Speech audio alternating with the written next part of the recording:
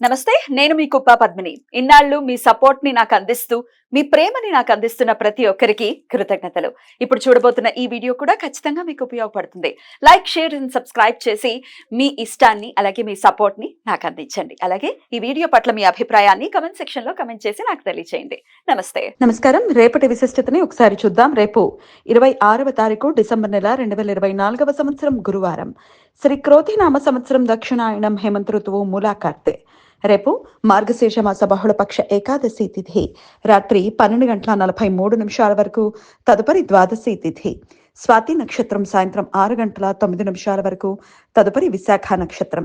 సుకర్మ యోగం రాత్రి 10:24 వరకు, తదుపరి ధృతి యోగం.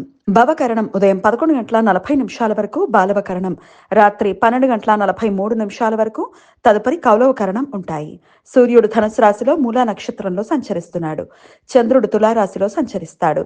నక్షత్ర వర్జం రాత్రి 12:18 నుండి 2:03 వరకు.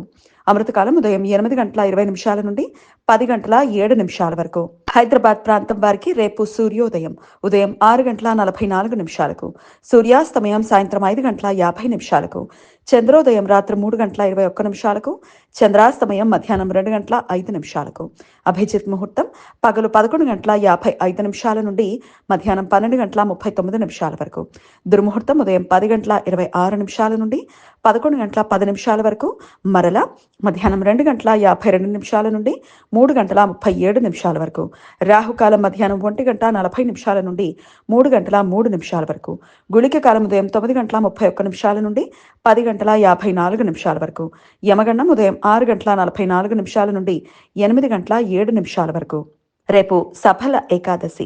పూర్ణిమాంత పంచాంగముల ప్రకారం పుష్యమాస బహుళపక్ష ఏకాదశి రోజు, అమాంత పంచాంగముల ప్రకారం మార్గశీర్షమాస బహుళపక్ష ఏకాదశి రోజున సఫల ఏకాదశి వ్రతం ఆచరిస్తారు. సఫల ఏకాదశి పేరులో ఉన్నట్లుగానే రేపు ఉపవాసం ఉండి జగద్రక్షకుడు విష్ణుమూర్తి ఆరాధన చేయటం వలన జీవితంలో అన్ని విషయాలలోనూ పరిపూర్ణ సాఫల్యతలు లభిస్తాయని భక్తుల విశ్వాసం.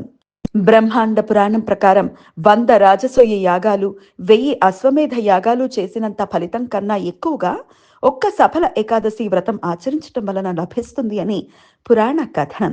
ద్వాదశి హరివాసరం ఎల్లుండి ఉదయం 7:09 వరకు ఉంటుంది. రేపు ఉపవాసం ఉన్న వారికి పారణ సమయం ఎల్లుండి ఉదయం 7:09 నుండి 8:58 వరకు ఉంటుంది.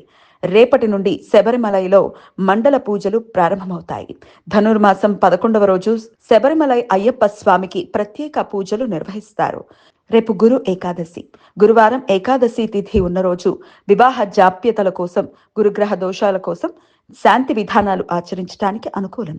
మాస శూన్య నక్షత్రం రేపు సాయంత్రం 6:09 నుండి ఎల్లుండి రాత్రి 8:28 మధ్య కాలంలో ఏర్పడుతుంది. ప్రామాణిక గ్రంథాల ప్రకారం మార్గశీర్ష మాసంలో వచ్చే చిత్తా, విశాఖ నక్షత్రాలను మాస శూన్య నక్షత్రాలు అని పిలుస్తారు.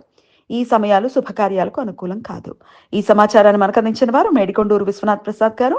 ఆయనకు కృతజ్ఞతలు తెలియజేస్తూ నారాయణ స్మరణతో సమస్త సన్మంగళాని భవంతు. నమస్కారం.